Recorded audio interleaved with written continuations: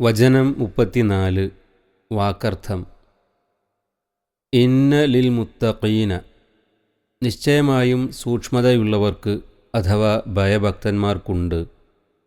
ഇൻദ റബ്ബിഹിം, തങ്ങളുടെ റബ്ബിങ്കൽ, ജന്നാത്തിൻ നഈം, സുഖാനുഗ്രഹത്തിൻ്റെ തോപ്പുകൾ അഥവാ സ്വർഗങ്ങൾ. ഇന്ന ലിൽ മുത്തഖീന ഇൻദ റബ്ബിഹിം ജന്നാത്തിൻ നഈം, നിശ്ചയമായും ഭയഭക്തന്മാർക്ക് തങ്ങളുടെ രക്ഷിതാവിൻ്റെ അടുക്കൽ സുഖാനുഗ്രഹത്തിൻ്റെ തോപ്പുകൾ ഉണ്ടായിരിക്കും. വചനം 35 വാക്കർത്ഥം. അഫനജ്അലു, എന്നാൽ അപ്പോൾ നാം ആക്കുകയോ, അൽ മുസ്ലിമീന, മുസ്ലിങ്ങളെ, കൽ മുജ്രിമീൻ, കുറ്റവാളികളെപ്പോലെ. അഫനജ്അലുൽ മുസ്ലിമീന കൽ മുജ്രിമീൻ, എന്നാൽ മുസ്ലിങ്ങളെ നാം കുറ്റവാളികളെപ്പോലെ ആക്കുകയോ. വചനം 36 വാക്കർത്ഥം. മാലക്കും, നിങ്ങൾക്കെന്താണ്, എന്തുപറ്റി, കൈഫ, എപ്രകാരമാണ്, തഹ്കുമൂൻ, നിങ്ങൾ വിധി കൽപ്പിക്കുന്നു. മാലക്കും കൈഫ തഹ്കുമൂൻ,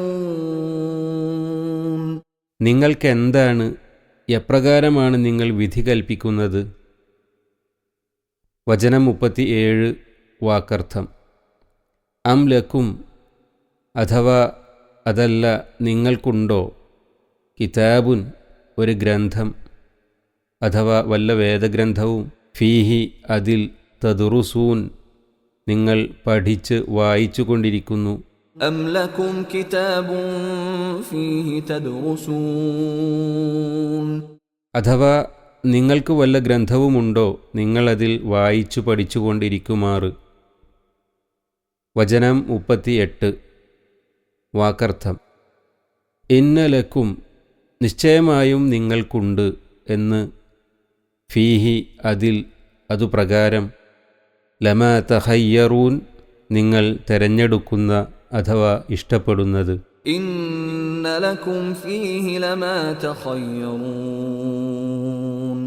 നിങ്ങൾ യഥേഷ്ടം തെരഞ്ഞെടുക്കുന്നത് നിശ്ചയമായും അതിൽ, ആ ഗ്രന്ഥത്തിൽ നിങ്ങൾക്കുണ്ടായിരിക്കുമെന്ന്.